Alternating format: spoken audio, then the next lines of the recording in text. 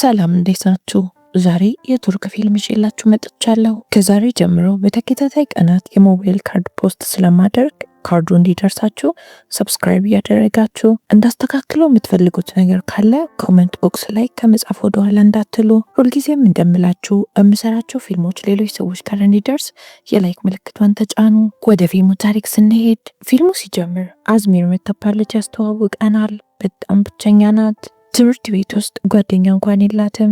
ብቸኛ ጓደኛዋ ስልኳ ነው። አንድ ቀን ክፍል ውስጥ እየተማረች ስልኳን ስትነካካ አስተማሪዋ አይታት ስልኳን ትወስድባታለች። እሷም አስተማሪዋ ስልኳን እንደወሰደችባት ለአባቷ ነገረችው። አባቷ ከሊል የተባለ ፖሊስ ነው። እሷም ክፍል ውስጥ ጓደኛ እንደሌላት ትነግረዋለች። ምክንያቱም የትኞቹም ተማሪ እንደሱ አይነት ባህሪ የላቸውም። አባቷም ተማሪዎች ቢወዱሽ ባይወዱሽ ምን አስጨነቀሽ፣ ቤተሰብሽ ይወድሻል ይላታል። ለእኔ በጣም ቆንጆና ጎምዟ ሴት አንቺ ነሽ በዓለም ላይ ይላታል። አዝሚር ወደ ቤት ከገባች በኋላ ኮምፒውተሯ ላይ በአንድ ዌብሳይት አማካኝነት ከማታውቀው ሰው ጋር ታወራለች። ኦማር የሚባል ሰው ታዋውቃ ከሱ ጋር በቴክስት ያወሩ ነበር። በሚገርም ሁኔታ እሷን የሚሰማት ስሜት እሱን የሚሰማው ነበረ፣ የብቸኝነት ስሜት። የሚቀጥለው ቀን ትምህርት ቤት ውስጥ አዝሚር በጣም ነበር የተነገጠችው። ኦማር በጣም የሚያምር አበባ ይልክላታል። ቤት ከገባችው በኋላም ለምን አበባ እንደላከላት ጠየቀችው። እሱም ስናወራ የተካፋሽ ስለመሰለኝ አንቺን ለማስደሰት ነው የላኩት ይላታል። ቀስ በቀስ በደንብ እየተዋወቁ መጡ። ኦማር ያለው ፈረንሳይ ውስጥ ነው። እየዋሻት እንዳልሆነ ለማረጋገጥ ፎቶ ላክልኝ ትለዋለች። እሱም ልክ እንዳለችው ፎቶ ተነስቶ ላከላት። ፎቶ ላይ ግን ፊት ባይታይም ነበር። ቀናቶች እየተቆጠሩ መጡ። አንድ ቀንም ሳያወሩ ተኝተው አያውቁም። ሁሌ ነበረ የሚያወሩት። አዝሚር አይታው አታውቅም። በመካከላቸው ያለው ርቀት በጣም ሰፊ ቢሆንም በጣም ነበር የወደደችው። ምክንያቱም ማንም ብሏት ማያውቃቸውን ቃላቶች ከሱ መስማት ጀምራለች። እድሜ ልኳን ከሰው ልጅ ለማግኘት ስትፈልግ የነበረውን ትኩረት ከሱ እያገኘች ነው። ከ7 ወር ቆይታ በኋላ በስልክ ማውራት ይጀምራሉ። ኦማር በቪዲዮ ኮል እናውራ፣ ምን እንደምትመሲ ማየት ፈልጋለሁ ይላታል። አዝሚር በጣም ነበር ሀሳብ የሆነባት። ምክንያቱም አስቀያሚ አድርጋ ነው ራሷን የምትቆጥረው። ቆንጆ ለመምሰል ሜካፕ ከተቀባባች በኋላ በፀጉሯ ፊቷን ለመሸፈን እየሞከረች ቪዲዮ ኮል ያወራሉ። ኦማር አይናፋር መሆኗን ሲመለከት ዝም ብሎ ይስጥባታል። እናም ከፊትሽ ላይ ፀጉርሽን አንሺው አላት። ፊቷን ከተመለከተ በኋላ ካየኋቸው ሴቶች ሁሉ በጣም ቆንጆ ነሽ አላት። እናም እንደዚህ ቆንጆ ትሆኛለሽ ብዬ አልጠበኩም ነበር ይላታል። እያወሩ እያለ ኦማር አንድ ሴት ስትገባበት ፈተን ብሎ ስልኩን ይዘጋዋል። እሷም በባህሪው በጣም ነበር ግራ የተጋባቸው። የሚቀጥለው ቀን አዝሚር ደጋግማ ስለ ኦማር እያሰበች ወደ ትምህርት ቤት ትሄዳለች። የሆነ የዋሻት ነገር እንዳለ ገብቷታል። እሷ ግን የዋሸችው አንድም ነገር አልነበረም። ሁሉንም ነገር እውነቱን ነበር የነገረችው። በኋላም አዝሚር ኮራ የተባለ ሰው መልእክት ይልክላታል። ለ3 ዓመታት አቅሻለሁ፣ ጓደኛሞች ብንሆንና ብንቀራረብ ምን ይመስልሻል ይላል መልእክቱ። የዛን ቀን ምሽት ኦማር በጣም ያስፈራ ህልም ያይና ከእንቅልፉ ባኑ ይነቃል። ከዛም ፈጠን ብሎ ለአዝሚር ይደውልላታል። አዝሚርም ከዚህ በኋላ ካንተ ጋር ማውራት አልፈልግም ትለዋለች። ምክንያቱም በጣም ውሸታም ሰው ነህ አለችው። ኦማርም ህይወቴ በጣም ከባድ ነው፣ አዎ በጣም ብዙ የደበቁሽ ነገሮች አሉ፣ ግን በአንቺ ስሜት እያሾፍኩ አይደለም፣ አንቺን ማታለልም አልፈልግም ይላታል። አንቺን ከመተዋወቄ በፊት በጣም ነበር ብቸኝነት የሚሰማኝ፣ አንቺን ካገኘው በኋላ ግን ያንን ጉለት ሞልቼዋለሁ ይላታል። አዝሚር ይህንን ስትሰማ በጣም ነበር የተደሰተችው። ከኮራይ ጋርም በጣም ጥሩ ጓደኛሞች ሆናለች። ሌሎች ሰዎች አስተዋውቃት አንድ ላይ ከነሱ ጋር ቪዲዮ ኮል ታወራለች። ኦማርም በእሷ ምክንያት ይህንን ግሩፕ ተቀላቅሎ ከነሱ ጋር ጓደኛ ሆኗል። አዝሚር ከኦማር ጋር ባላት ግንኙነት በጣም ደስተኛ ናት፣ ግን አንዳንድ ቀን ፍርሃት ይሰማታል። በመካከላቸው ያለው ርቀት በጣም ሰፊ ነው። እናም አንድ ቀን እንዲሁ ሊዘጋጉ እንደሚችሉ ታውቀዋለች። የነሱ አንድ ላይ ሆኖ የፍቅር ግንኙነት መጀመር የማይሆን ነገር ነው። አንድ ቀን አዝሚር ኦማር ጋር ተደውልለትና አንተ ያለህበት ዝናብ እየዘነበ ነው ብላ ጠይቀዋለች። እሱም አዎ እየዘነበ ነው ብሎ ይነግራታል። እሷም እጅህን በመስኮት አውጣና ዝናቡን ንካው፣ እናም እጃችን እየተነካካ እንደሆነ አስባለችው። ኦማር እሷ እንዳለችው እያደረገ እጇን እንደያዘ ማሰብ ይጀምራል። በዚህ መሃል አዝሚር በጣም እየፈራው ነው። በኋላ ወድጄክ ላገኘ ባልችልስ፣ እናም ግንኙነታችን እዚህ ላይ ቢያበቃ ደስ ይለኛል አለችው። ኦማር አሁን ላልሽው ነገር በጣም ዘግይተሻል፣ እኔ በጣም ወድጄሻለሁ አላት። አዝሚር በዚህ ሁኔታቸው ከቀጠሉ ሁለቱም መሰቃየታቸው እንደሆነ ገብቷታል። እሱም እስኪ ትንሽ ተስፋ ይኖርሽ፣ አንድ ቀን አብረን እንገናኛለን አላት። አዝሚር ጠዋት ላይ ቁርሷን እየበላች እያለ የአባቷ ጓደኞች ቤት ይመጣሉ። እናም እናትና አባቷ በመኪና አደጋ እንደሞቱ ይነገራታል። አዝሚር የምትሆነውና የምታደርገው ነበር ግራ የገባት። ማልቀስ ጀመረች። ኦመር ስልኩን አልዘጋውም ነበረ። እናም የተባለችውን ነገር እሱም አብሯት ነው የሰማው። ሁኔታዋን ሲመለከት በጣም ነበር ያሳዘነችው። እንዴት አድርጎ እንደሚረዳት እሱም ግራ ገብቶታል። ይሄ ነገር ከተፈጠረ ወራቶች ተቆጠሩ። አዝሚር በጣም ትልቅ ድብርት ውስጥ ገብታለች። ኦማር እየደጋገመ መደወልና የጽሁፍ መልእክት መላኩን አላቆመም። የእናቷ ቤተሰቦች ተሰብስበው ወደ አሜሪካ ሄዳ ትምህርቷ እንድትቀጥል ይወያያሉ።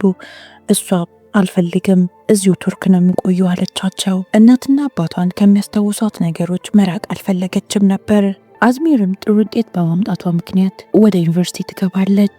አዝሚር ወደ ዶርሟ ከገባች በኋላ ስልኳን ትመለከተዋለች። ኦማር በጣም ብዙ የስልክ መልእክቶች ልኮላታል፣ ግን አንዱንም አልመለሰችውም። በኋላም ካፌ ውስጥ ብቻዋን ለመቀመጥ ስትሄድ ቡስ የምትባል ሴት ተዋወቀች። ስለ ፍቅር የተለያዩ ነገሮችን እያወሩ ነበር። ቡስ ፍቅረኛለሽ ብላ አዝሚርን ትጠይቃታለች። አዝሚርም ነበረኝ ተጣልተናል አለቻት። ቡስ ለምን ብላ ስጠይቃት አዝሚር እናትና አባቴ ከሞቱ በኋላ ሁሉም ነገር ተቀየረ ትላታለች።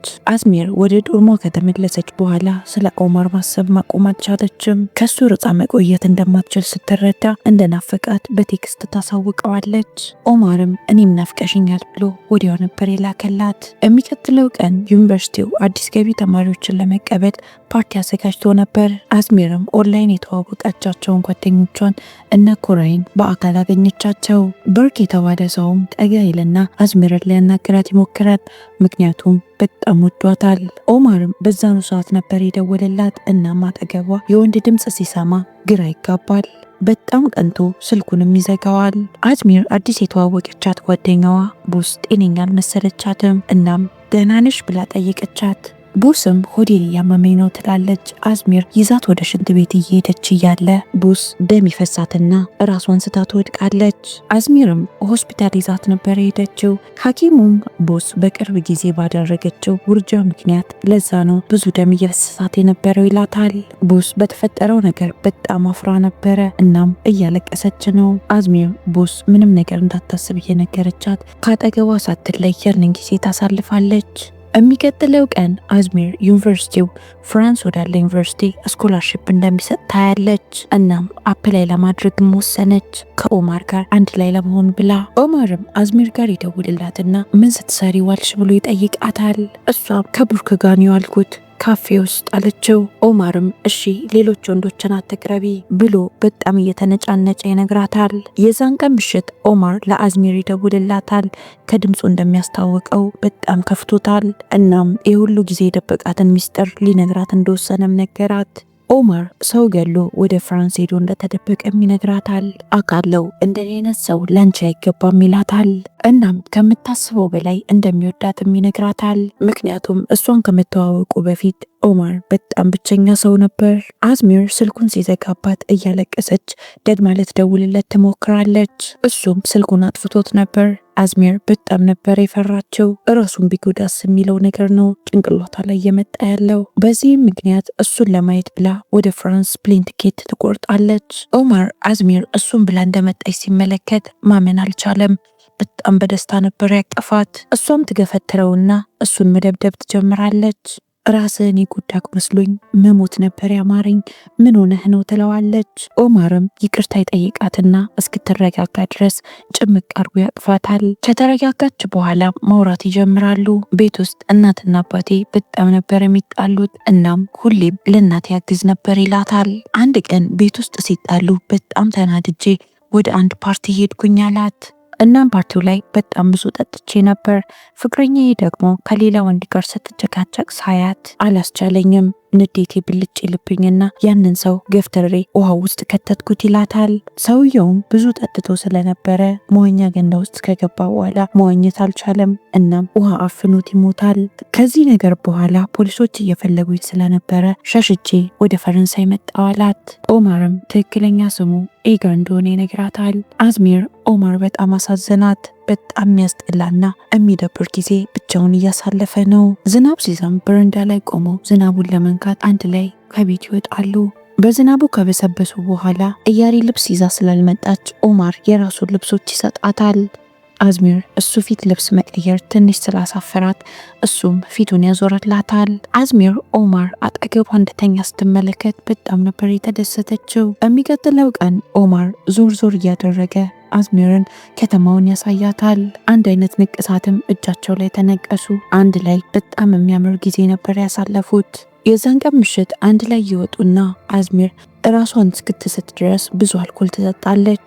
ኦማር ስትሰክር የምትናገራቸው ነገሮች በጣም ደስ ስላሉት በደንብ እንድትጠጣ ይገፋፋታል። አዝሚር ስልኳ ላይ ዘፈን ትከፍትና ኦማርን ተነስተን ጨፍራለችው። ከተወሰኑ ቀናቶች በኋላ ኦማር አዝሚርን ወደ ኤርፖርት ይዟት ይሄዳል። ወደ መጣችበት መመለስ ነበረባት። ስትሰናበተው እባክሽ እንዳታለቅሺ፣ አንቺ ስታለቅሺ ማየት እኔን በጣም ነው የሚያስከፋኝ ይላታል። ከዛም በቅርቡ እንደሚገናኙ ቃል ይገባላታል። የሚቀጥለው ቀን አዝሚር ወደ ዩኒቨርሲቲዋ ትመለሳለች። በሚያሳዝን ሁኔታ ልክ ከታክሲው እንደወረደች ነበረ መኪና እግሯ ላይ የተረማመደባት። የክፍል ጓደኞቿም ፈጠን ብለው ወደ ሆስፒታል ይወስዷታል። በዚህ መሃል ኦማር ሲደውል የክፍል ጓደኛዋ ስልኩን ያነሳውና የተፈጠረውን ነገር ለኦማር ይነግረዋል።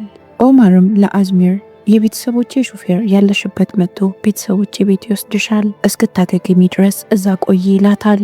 እሷ እምቢ ብትለውም እሱ ግን ሊሰማት አልፈለገም። አዝሚር የኦማር ቤተሰቦች ቤት ስትደርስ የኦማር እናት ነበር የተቀበለቻት። ወንድሙም አሊ ወጥቶ ይቀበላታል። የወንድሙ ሚስትም ነበረች። እናም ትንሽዬ ልጃቸው ሊናም ነበረች። በኋላም የኦማር እናት አዝሚርን የኦማር ክፍል ውስጥ ተወስዳትና ይሄ የኦማር ክፍል ነው፣ ከሄደ ቀን ጀምሮ ማንም ሰው እዚህ ክፍል ተኝቶ አያውቅም አለቻት። የኦማር እናት አዝሚር ቤተሰቦቿን ስላጣች አይዞሽ ብላ አጽናናቻት። አዝሚር ቤተሰቦቿ ከሞቱ ቀን ጀምሮ ወደዛ ቤት ተመልሳ አታውቅም። የኦማር እናት የግድ መሄድ አለብሽ፣ ቢያንስ ሄደሽ ለአንዴና ለመጨረሻ ጊዜ ቻው ልትያቸው ይገባል አለቻት። አዝሚር የኦማር ክፍል ውስጥ እየተዘዋወረች ፎቶዎቹን መመልከት ጀመረች። የሚገርመው ነገር የቡስንና የኦማርን ፎቶ ስትመለከት በጣም ነበር የደነገጠችው። እናም ቡስ የኦማር የቀድሞ ፍቅረኛ ነች የሚለው ነገር ምንም አልዋጥ ብሏታል። የሚቀጥለው ቀን አዝሚር ኦማርን አጠገቧ ቆሞ ነበር ያየችው። ያየችውን ማመን አልቻለችም። የኦማር አባት እየጮኸ ፖሊሶች ቢይዙስ ለምን መጣህ እያለ ይቆጣዋል። ኦማር ቤተሰቤን አፈቀኝ፣ ብቸኝነት እዛ ሊገለኝ ደረሰ ይለዋል። አባትየውም ልጄ እኔም ናፍቀኸኛል እኮ ግን ህይወትህን እንደዚህ መበጥበጥ የለብህም ይለዋል። ኦማር ለአባቱ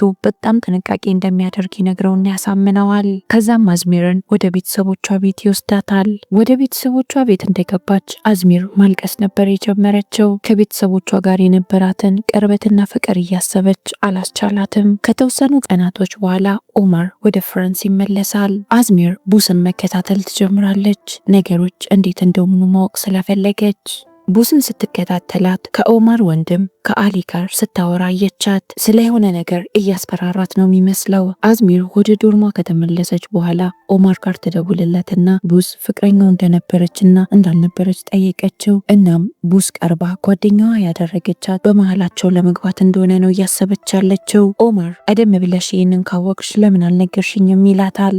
አዝሚርም ለሁሉም ነገር እኔን አትቀሳለችው። እውነቱን ካወቀች ቀን ጀምሮ እንቅልፍ ሊወስዳት አልቻለም። ደጋግማ ስለ ቡስና ስለ ኦማር ነው የምታስበው። በዚህ መሃል አዝሚር በጣም ተናዳ ስታወራ ራሷን ስታ ትወድቃለች። ጓደኞቿም ፈጠን ብለው ወደ ሆስፒታል ወሰዷት። ከቀናቶች በኋላ አሁንም ድጋሚ ለኦማር ደወለችለት። እናም ሆስፒታል ገብቼ እንዴት ደውለህ እንኳን እንዴት ነሽ አትለኝም አለችው። ኦማር ደህንነትሽን ከሌላው ጓደኛሽ ከኮራ እየሰማው ስለነበረ ለዛን ያልደወልኩልሽ ይላታል። አዝሚር እኔ ድምፅህን መስማት ፈልጌ ነበር አለችው። እሷም በንዴት ውስጥ አንተም ልክ እንዳባትህ ነህ ትለዋለች። ይህም ንግግሯ በጣም ነበር የጎዳው። ኦማር በቃ ብንጣላ ይሻላል፣ ከዚህ በኋላ የኔና የአንቺ ነገር አውቅቷል ይላታል። ከተጣሉም በኋላ ሁለቱም ትልቅ ድብርት ውስጥ ይገባሉ።